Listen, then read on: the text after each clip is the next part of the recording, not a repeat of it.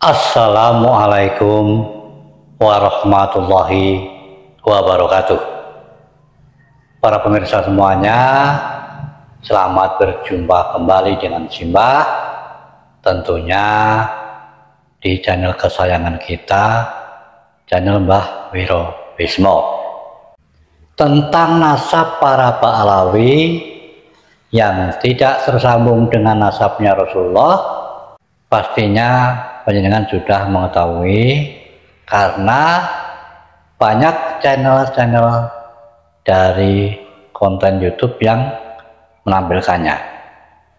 Akan tetapi mungkin saja panjenengan belum pernah melihat video dari Kyai Haji Imaduddin yang memberikan paparan tentang nasab Ba'alawi yang tidak tersambung pada Kanjeng Nabi tersebut. Karena Kyai Haji Imaduddin adalah seseorang yang telah membuat kajian tentang nasab para Ba'alawi, yang mana hasilnya nasab para Ba'alawi atau para habaib tidak tersambung pada Kanjeng Nabi. Di sini Simbah akan menampilkan video tentang Kyai Haji Imaduddin yang memberikan pemaparan tentang nasab Ba'alawi tersebut, yang mana yang tidak tersambung kepada Rasulullah. Tonton videonya sampai selesai dan jangan di skip. Hari ini kita bicara tentang sejarah, historiografi, bagaimana sebenarnya kedudukan dari nasab Ba'alawi. Dan inilah hari ini yang akan saya sajikan kepada Anda semua. Ilmu genealogi adalah merupakan bagian dari ilmu sejarah. Bahkan bisa dikatakan ilmu nasab atau ilmu genealogi merupakan ilmu bantu sejarah. Maka kajian ilmu nasab harus memiliki karakteristik kajian sejarah. Dia harus bersifat empiris, scientific dividend, harus bisa dibuktikan secara ilmiah. Tidak boleh ada sebuah narasi sejarah kita taken for granted, menerima begitu saja. Harus dibuktikan. Tidak boleh ada sebuah pengakuan nasab yang bersimultan pengakuan ini dengan privilege tertentu, baik secara sosial antropolog maupun secara paham keagamaan dari tafsir yang dapat diterima. Ketika ada susunan nasab umpama tentang baginda Nabi, dia mengaku merupakan bagian dari keturunan baginda Nabi besar Muhammad SAW, maka kita harus uji di meja saintifik, harus dibuktikan secara ilmiah berdasarkan metodologi kajian ilmiah sejarah yang dapat diterima bersama. Bukan hanya diterima oleh ahli nasab, tapi juga logika kebenarannya dapat diterima oleh semua orang. Saya kecil-kecilan mengkaji nasab orang yang mengaku keturunan Nabi di Indonesia, dari klan Ba'alawi yang selama ini mengaku sebagai keturunan daripada baginda Nabi besar Muhammad SAW. Saya gunakan prosedur di dalam kajian penelitian sejarah. Yang pertama adalah heuristik. Saya kumpulkan sumber-sumber sejarah, sumber-sumber yang membantu penelitian saya di dalam bagaimana menguji kebenaran sebuah tesis pengakuan berdasarkan silsilah-silsilah urutan nasab yang ada bahwa dia merupakan keturunan Nabi, baik dari manuskrip-manuskrip zaman masa lalu sesuai dengan zamannya maupun dari kitab-kitab yang sudah dicetak. Dan saya melakukan verifikasi sumber, saya kritik, saya verifikasi validitas dan orisinalitasnya. Kemudian saya pilah mana sumber yang primer, adakah sumber yang langsung ditulis oleh orangnya atau ditulis oleh orang lain tetapi dia pernah bersama dengan orang-orang yang ditulis dengan nasab itu, atau sumber itu tidak sezaman tetapi masih begitu dekat yang dapat melacak sebuah kebohongan apabila apa yang dikatakan sebelumnya adalah merupakan sebuah kebohongan. Setelah mengadakan verifikasi dan memilah, kemudian saya melakukan interpretasi sumber.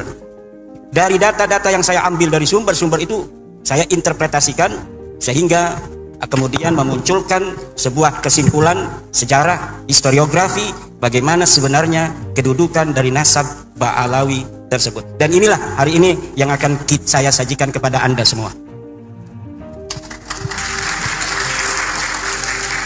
kaum Ba'alawi yang kita kenal di Indonesia dengan istilah Habib mengaku sebagai keturunan Nabi Muhammad SAW melalui jalur Ahmad bin Isa bin Muhammad An-Naqib bin Ali Al-Uraidi bin Ja'far Shadiq bin Muhammad Al-Baqir bin Ali Zainal Abidin bin Husain bin Fatimah Zahra bin Kanjeng Nabi besar Muhammad SAW. Ahmad bin Isa, ini titik poinnya, dari sini yang diakui. Ahmad bin Isa ini wafat 345 Hijriah, telah terkonfirmasi sebagai keturunan Nabi Muhammad SAW melalui pelacakan kitab Tahdhibul Ansab karya Al-Ubaidili yang wafat tahun 435 Hijriah. Sosok Ahmad bin Isa ini lulus tes uji petik dari kitab nasab. Kemudian menurut keluarga Ba'alawi, Habib-Habib yang ada di Indonesia, Ahmad bin Isa mempunyai anak bernama Ubaidillah. Kemudian Ubaidillah ini mempunyai anak bernama Alwi. Alwi inilah yang menurut keluarga Ba'alawi adalah leluhur mereka. Alawi bin Ubaidillah bin Ahmad bin Isa bin Muhammad An-Naqib bin Ali Al-Uraidi bin Ja'far Shadiq Muhammad Al-Baqir bin Ali Zainal Abidin bin Husain bin Fatimah bin Nabi besar Muhammad SAW. Ini nasab mereka, dan kita bisa lihat dari tokoh-tokoh mereka yang senang majang-majang nasab di media sosial. Semuanya akan bermuara kepada seseorang yang bernama Alwi yang disebut sebagai anak Ubaidillah. Ubaidillah ini adalah katanya anak Ahmad bin Isa. Ahmad bin Isa telah sahih sebagai keturunan Nabi, selesai atau lulus uji petik dari kitab-kitab yang ada pada zamannya yang primer atau yang sekunder.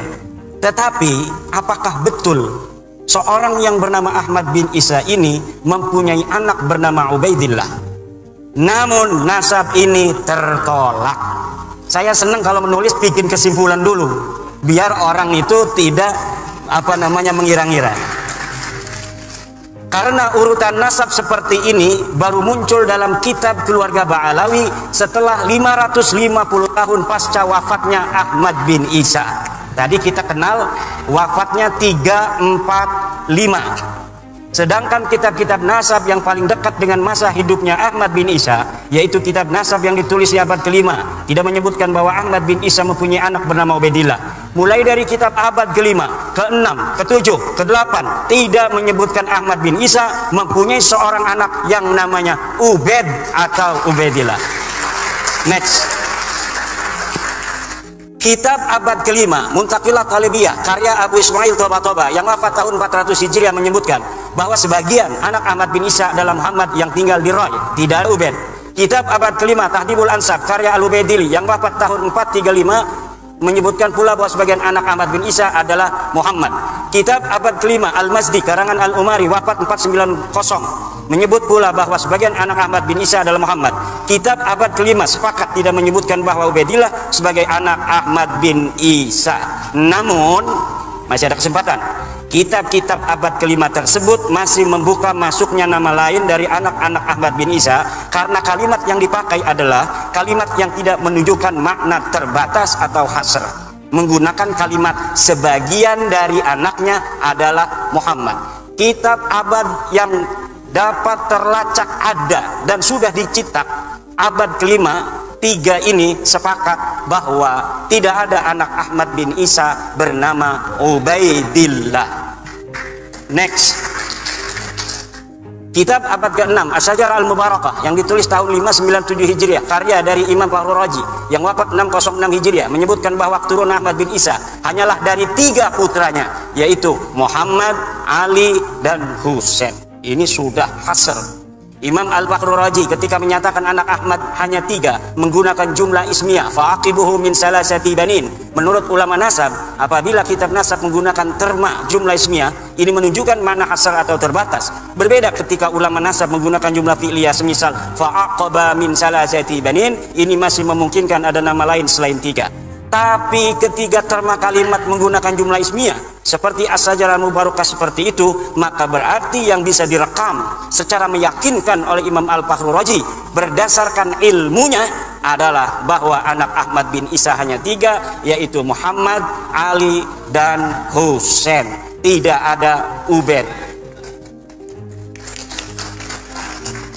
Begitu pula lafaz salasati banin merupakan isim adad bilangan. Menurut ahli usul fikih, lafaz adad merupakan salah satu lafaz khusus. Jika dikatakan fa kafaratuhu it'amu asyarati masakin, maka maksudnya adalah 10 orang miskin, tidak kurang tidak lebih. Maka ketika di abad ke-9, 550 tahun setelah wafatnya Ahmad bin Isa, dikatakan bahwa Ahmad mempunyai anak bernama Ubaidillah, maka nama itu tertolak.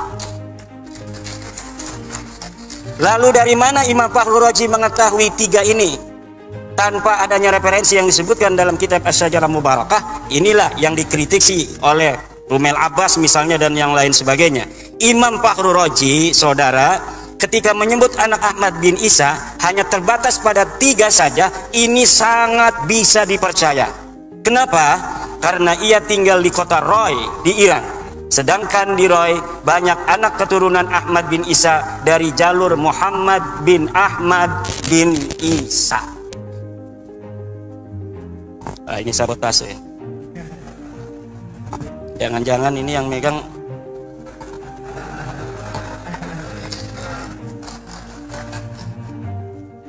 ini ada al-alnya enggak namanya nih? Al-anu gitu.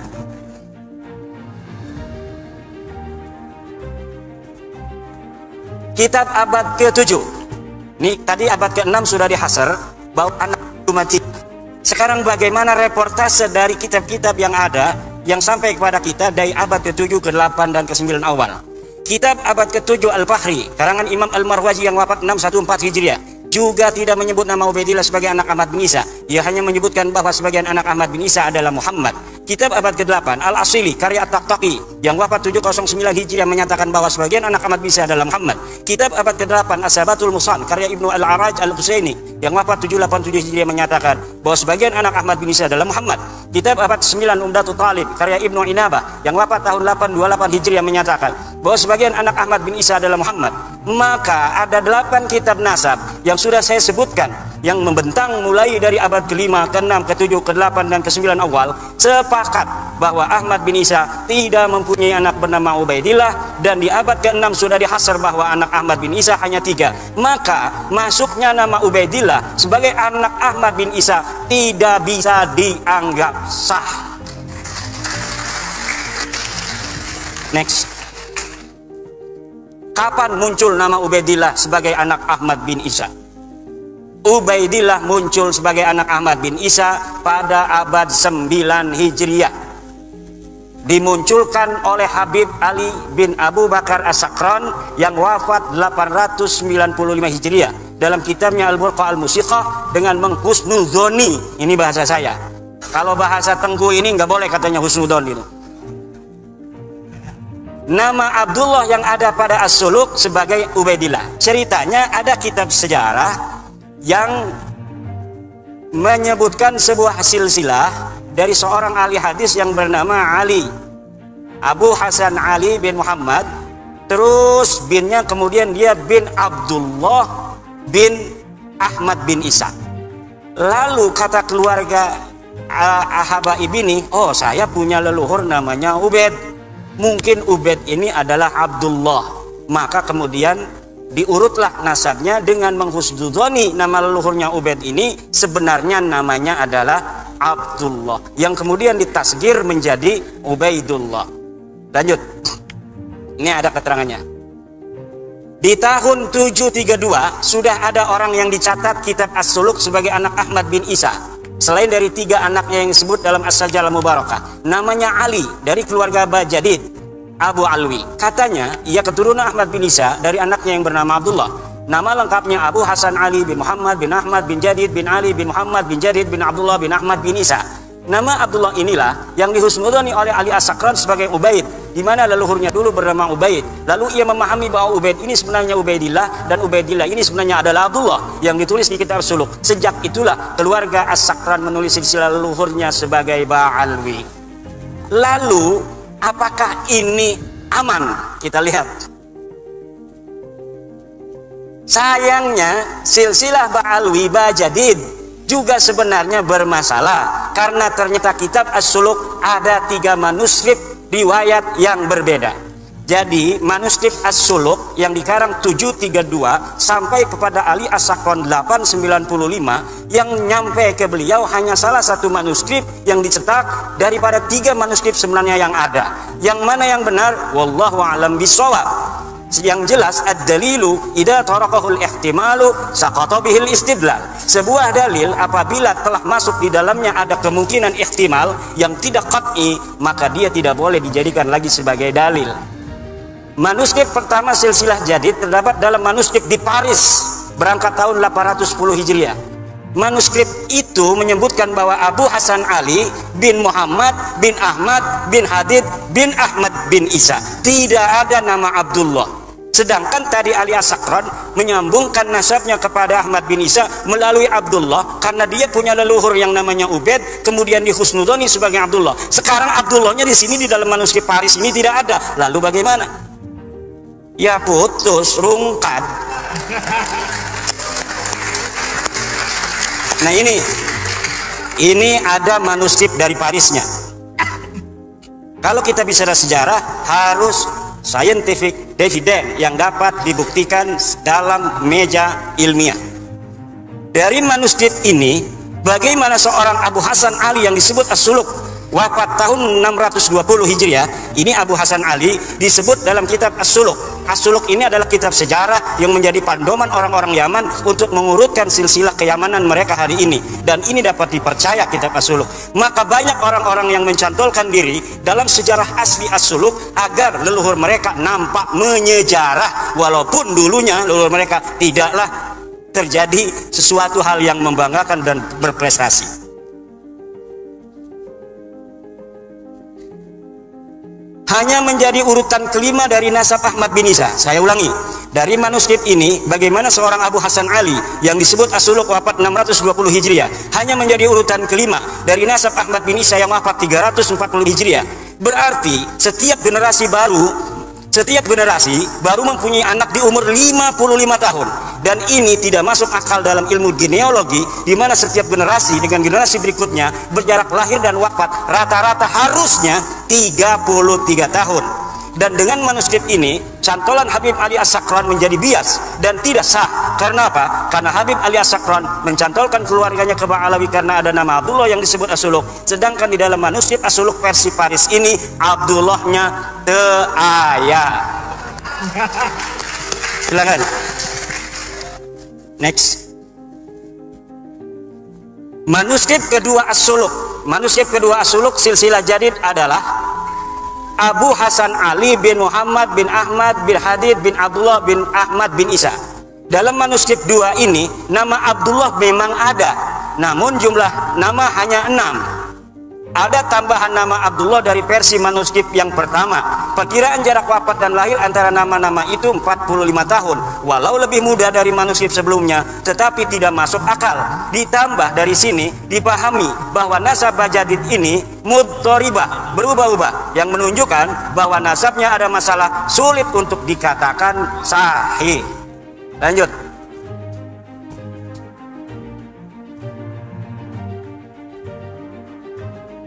Manuskrip 3 As-Suluk.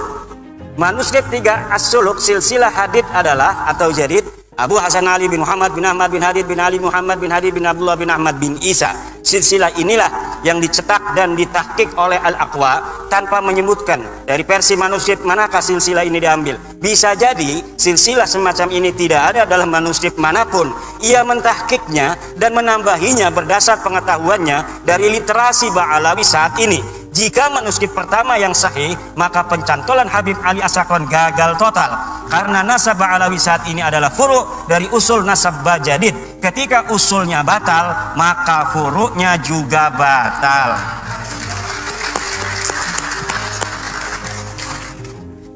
Ini penting dan belum diungkapkan siapapun. Keluarga As-Sakron bukan Ba'alawi. Nampaknya kitab As-Suluk karya Imam Al-Janadi wafat 732 Hijriah adalah kitab sejarah yang menjadi pegangan latar belakang konstruksi nasab Ba'alawi dan sejarahnya. Nasab dan sejarah Ba'alawi yang ahistoris disusun sedemikian rupa menggunakan latar belakang sejarah yang terdapat dalam kitab As-Suluk. Penulis yakin secara ilmiah bahwa keluarga As-Sakran sebelumnya tidak dikenal dengan nama Ba'alawi. Nama Ba'alawi keluarga As-Sakran itu dikenal setelah kitab Al-Burqah dan kitab Al-Jauharus Safaf ditulis, yaitu milik Habib Abu Bakar As-Sakran dan Imam Al-Khatib. Seperti film fiksi sejarah Arya Kamandanu yang skenarionya ditulis berlatar belakang sejarah Majapahit. Dorang namanya Ba'alawi dulu, ada silsilahnya ditulis dalam kitab sejarah. Lalu orang yang abad 9 mengatakan itu leluhur saya itu. Sejak itulah dia menggunakan nama yang ada dalam kitab itu untuk keluarga dia dan keturunannya. Next. Ini versi ilmiah ya, interpretasi dari sumber-sumber yang kita dapatkan. Perhatikan kitab An-Nabhah Al-Ambariyah, ini kitabnya. Setiap saya ngomong kitab saya tidak sebutkan, tetapi ada foto dari kitab dan halamannya. Perhatikan kitab An-Nabhah Al-Ambariyah karya Muhammad Kazim bin Abil Futuh, wafat 880 Hijriah. Dalam kitab itu di halaman 53 disebutkan bahwa Banu Abi Alwi adalah Abu Alwi bin Abil Jadid bin Ali bin Muhammad bin Ahmad bin Jadid. Dalam kitab itu, ulama yang hidup di abad 9 dan tinggal di Yaman sama sekali tidak menyebut nama-nama keluarga Ali As-Sakran yang ada pada masa itu atau sebelumnya, seperti Faqih Muqaddam Muhammad Shahid Mirbad sebagai Ba'alawi. Ia hanya menyebut keluarga Jadid. Padahal pengarang kitab An-Nabhah Al-Ambariyah ini hidup semasa dengan Ali As-Sakran. Kalau pada masa itu dan sebelumnya keluarga Habib Ali As-Sakran dikenal sebagai Ba'alawi, tentunya Muhammad Kadzim akan menulis contoh-contoh Ba'alawi selain dari Jadid disebutkan, yaitu dari keluarga-keluarga Faqih Muqaddam dan sebagainya. Ini membuktikan bahwa keluarga Ba'alawi yang terkenal itu hanyalah dari keluarga Jadid. Keluarga Ali As-Sakran dan leluhurnya sebelumnya bukan keluarga Ba'alawi. Jika keluarga As-Sakran dikenal dengan nama Ba'alawi, tentu Abil Futuh yang hidup sejaman dengan As-Sakran akan menyebut minimal satu nama yang mengindikasikan bahwa keluarga As-Sakran adalah bagian dari Ba'alawi. Perhatikan kitab An-Nabhah Al-Ambariyah halaman 53. Di sini nggak kelihatan, silakan di Google saja. Next. As-Sakran hanya bisa menyebut dua nama keluarga Jadid. Habib Ali As-Sakran yang mengatakan bahwa Jadid yang ada dalam kitab sejarah itu As-Suluk adalah saudara dari Alwi, leluhur dia, hanya bisa menyebutkan dua nama keluarga Jadid. Dua nama itu persis sama dengan yang disebut kitab As-Suluk, yaitu Abu Hasan Ali dan Abdul Malik yang berketurunan di India. Jika Jadid adalah betul-betul saudara Alwi, leluhurnya yang ditulis, dan ini pun saya yakin tidak ada orangnya, tentu akan banyak nama-nama selain keduanya yang diketahui Ali As-Sakran. Tapi mengapa As-Sakran seperti orang asing di keluarga Bajadid hanya mengetahui dua nama dari keluarga Bajadid yang diketahui dari kitab As-Suluk, yang bukan hanya diketahui oleh dia, kita juga mengetahui bahwa keluarga Jadid mempunyai dua nama yang tertulis dalam sejarah, yaitu Abu Hasan Ali dan Abdul Malik. Apa bedanya saya dengan dia? Sama-sama mempunyai dua nama saja, padahal dia mengaku sebagai keluarga besarnya. Silakan. Makam Ahmad bin Isa ditemukan setelah 602 tahun. Ahmad bin Isa yang wafat tahun 345 Hijriah, makamnya hari ini berada di Husaisa. Lalu apakah makam itu sudah dikenal sejak tahun wafatnya itu, yaitu 345? Al-Janadi 732 Hijriah tidak merekam adanya makam Ahmad bin Isa, padahal ia sejarawan yang rajin mencatat nama-nama makam yang diziarahi dan dianggap berkah. Artinya pada tahun 732 Hijriah itu makam Ahmad bin Isa belum dikenal seperti saat ini. Telah berjarak 387 tahun sejak wafatnya, makam Ahmad bin Isa belum dikenal orang. Ini dalam reportase As-Suluk yang rajin jarah-jarahin makam, tetapi dia mencatat nama makam-makam lain, tidak mencatat nama Ahmad bin Isa yang katanya sudah wafat 345 Hijriah di Yaman. Ini orang Yaman, Al-Janadi. Syekh Ahmad bin Hasan Muallim menyatakan, tidak ada dalam sejarah Yaman makam diagungkan yang di atasnya ada mashhad dan masjid sampai separuh abad 5, kecuali yang disebut sebagai Masjid Syahidain di San'a, Al-Quburiyah fil Yaman 176. Lalu kapan berita bahwa Ahmad bin Isa ini dimakamkan di Husaisa? Berita awal yang didapatkan adalah Ba Makhromah 947 Hijriah dalam kitabnya Qaladatun Nahar fi Wafayat A'yani Dahr. Disebutkan bahwa makam Ahmad bin Isa di Husaisa, Qaladatun Nahar fi Wafayat A'yani Dahr 2 strip 518 Asy-Syamilah. Berarti berita bahwa Ahmad bin Isa dimakamkan di Husaisyah baru setelah 602 tahun setelah wafatnya Ahmad bin Isa. Kitab tersebut pula menyebutkan bahwa keyakinan makam Ahmad bin Isa di Husaisyah itu karena Habib Abdurrahman bin Muhammad berziarah di situ dengan isyarah adanya cahaya yang nampak di atas sananya. Jadi ditemukannya makam itu setelah ratusan tahun bukan karena adanya kitab sejaman yang menyebutkannya, tetapi berdasarkan isyarah spiritual. Diceritakan di situ bagaimana cara menemukannya, yaitu dengan meminta doa kemudian melihat cahaya. Ada cahaya di situ maka ditetapkanlah makamnya di situ. Dan sekarang banyak terjadi seperti itu, makam-makam baru yang dulunya kita tidak mengetahui pernah ada makam di situ, kemudian sekarang ada makam. Ini masih mending, tidak merampok siapa-siapa, dia hanya berbohong. Makamnya sudah ada namanya, kemudian namanya dibelokin kemana-mana, tidak sesuai dengan tradisi riwayat dari keluarganya sendiri.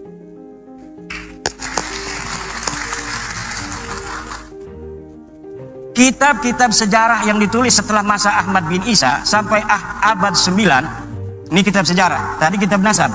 Sekarang kitab-kitab sejarah yang ditulis setelah masa Ahmad bin Isa sampai abad 9 tidak menyebutkan keberadaan keluarga Ubaidillah dan keturunannya di Hadramaut sebagai seorang sayyid, atau tidak sebagai sayyid pun tidak ada sama sekali. Kitab-kitab apa saja? Tarikh Musallam Al-Lahaji, wafat 545 Hijriah, belum dicetak, tapi manuskripnya saya punya. Tidak ada nama Ubaidillah dicatat di dalam kitab itu, dan tidak ada keterangan bahwa Ahmad bin Isa pernah hijrah ke Yaman dari Irak. Tabaqat Ibnu Samurah, wafat 586 Hijriah. Tarfatul Ashab, nah ini Ibnu Samurah sering sekali namanya dicatut dalam kitab-kitab Ba'alawi semacam Samsud Dhahirah dan kitab-kitab yang lainnya, Al-Ghurar, kemudian kitab Hidmatul Asirah, bahwa Ibnu Samurah pernah mengisbat silsilah nasab Ba'alawi pada masanya. Tetapi ketika kitabnya yang bernama Tabaqatul Fuqaha saya cari dari awal sampai akhir, tidak ada satupun Ibnu Samurah menyatakan bahwa dia mengisbat nama keluarga Ba'alawi sebagai sayyid, apalagi mengisbat menyebut nama dari satu keluarga Ba'alawi pun tidak ada. Next, kesimpulan, para habaib yang sekarang kita kenal bukanlah keluarga Ba'alawi yang dikenal di abad 7 dalam kitab-kitab sejarah. Keluarga Ba'alawi adalah keluarga jadid yang disebut dalam kitab As-Suluk 732 Hijriah yang terputus dari Nabi Muhammad SAW karena Abdullah bukanlah anak Ahmad bin Isa. Para habaib nasabnya terputus dari Nabi Muhammad SAW karena Ubaidillah bukanlah anak Ahmad bin Isa. Jadi Ba'alawi sendiri yang ada dalam kitab itu tertolak sebagai keluarga Nabi karena Abdullah bukanlah anak dari Ahmad bin Isa berdasarkan kitab-kitab abad ke-6 dan abad ke-5.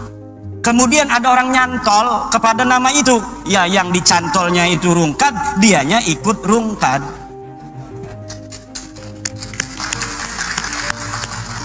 Pengakuan keluarga habaib sebagai keturunan Nabi baru mulai abad 9 oleh Habib Ali As-Sakran dalam Al-Burqah dan atau Abdurrahman Al-Khatib 855 Hijriah dalam Al-Jauhar Asy-Syafaf. Ini jarang saya ambil namanya Al-Khatib, walaupun hidup bareng. Dia adalah Al-Khatib ini murid dari kakeknya Ali Habib Ali As-Sakran, juga murid daripada ayahnya. Jadi walaupun dia bukan Ba'alawi, terindikasi subjektivitas itu ada karena dia hidup bersama Habib Ali As-Sakran. Dan kitab Al-Jauhar Asy-Syafaf ini belum dicetak sampai sekarang. Dia bagaikan sebuah kitab sakti yang tidak boleh dilihat oleh siapapun, tetapi sering diambil oleh kalangan Ba'alawi untuk membela nasabnya. Jadi kita tidak bisa untuk melihatnya, tetapi dia mengutipnya. Bagaimana sebuah dalil hanya bisa diketahui oleh mereka, kemudian didalilkan kepada kita tanpa kita bisa memverifikasi, tanpa kita bisa memvalidasi, tanpa kita tahu originalitasnya seperti apa. Jadi ini namanya senjata yang sangat canggih, yang bisa untuk membacok tapi kita nggak bisa melihatnya. Kitab-kitab yang lebih muda dari As-Sajarah Al-Mubarakah 606 yang menyebutkan bahwa Ba'alawi habaib tersambung nasabnya kepada Rasulullah tertolak karena hanya mengutip dari Al-Burqah dan Al-Jauhar kitab abad 9 Hijriah. Next, terakhir, usaha yang perlu ditempuh habaib agar nasabnya tersambung. Saya kasih clue-clue. Seorang yang meneliti ya harus begitu kan. Kita bukan karena tendensi, subjektivitas dan sebagainya. Enggak, kita ilmiah aja. Para pendukung nasab Ba'alawi habaib untuk tersambung nasab mereka harus menyajikan kitab yang lebih tua dari As-Sajarah Al-Mubarakah yang menyatakan bahwa 1. Ahmad bin Isa mempunyai anak bernama Ubaidillah. 2. Ubaidillah mempunyai anak bernama Alwi. Untuk bisa dikatakan bahwa para habaib sekarang ini tersambung kepada keluarga Ba'alawi, maka harus menyajikan kitab yang lebih tua dari As-Suluk yang menyebutkan bahwa Jadid mempunyai saudara bernama Alwi. Jika 3 pertanyaan itu tidak terjawab, dan yakin tidak akan terjawab kecuali bikin manusia palsu, maka para habaib bukanlah keturunan dari Nabi besar Muhammad sallallahu alaihi wasallam.